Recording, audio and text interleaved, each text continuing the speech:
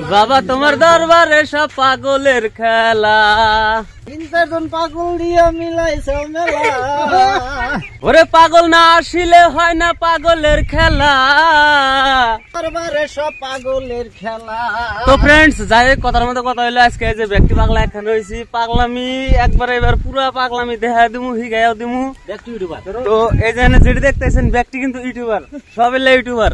4-5 পাগলা দেখান না হয় তাহলে মজা না বুঝছো, পাগলা দিয়ে বাত নাই।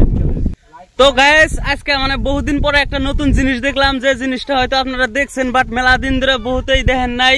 তো ওই জিনিসটা আজকে দেখামো। জিনিসটা কিন্তু মানে বহুত আগে, এই যে যখন গায়ে ইরি বড় এলে ধান যখন আসিল না, চাইনিজ আবাদ যখন আসিল না, তখন কিন্তু এটা খুব এককালে ফেমাস আছিল। তো এই জিনিসটা ক্যামেরার সামনে এই যে দেখতেছেন, তো এখান থেকে ক্লিয়ার দেখা যাচ্ছে না। তো এই যে সামান দিয়ে ঘুরে ঘুরে যামু, তো ঘুরে যায় বস্তুটা দেখামু। বস্তুটার নাম হলো গিয়া, নামটা কইতেছি অল্প পরে কইতেছি। তো এখনই কয়া দিলে এত সুন্দর করে মজাই দিছি না, কাম করলো বাইক না কছে।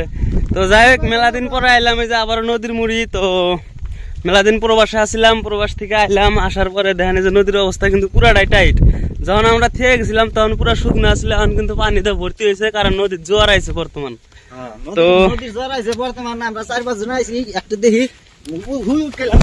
আর এই যে যেটা দেখা পারছিলাম কাউন, বস্তুটা হলো মানে আগে কিন্তু খুব চলছে, এককালে কাউন ছাড়া চলেই নেই মানুষের, মানে কাউন খায় মানুষ বাইসে থাকতো। বাট এখন ইরি ধানের আওয়াত আইছে, বড় ধানের আওয়াত আইছে, ফলে এখন কিন্তু আর এই এলা বস্তু কিন্তু নাই, যে খুব কম দেখা যায় বর্তমান। ওয়াও, এ দেখেন একটা হিস দেখেন, বাবা কত বড় বড়।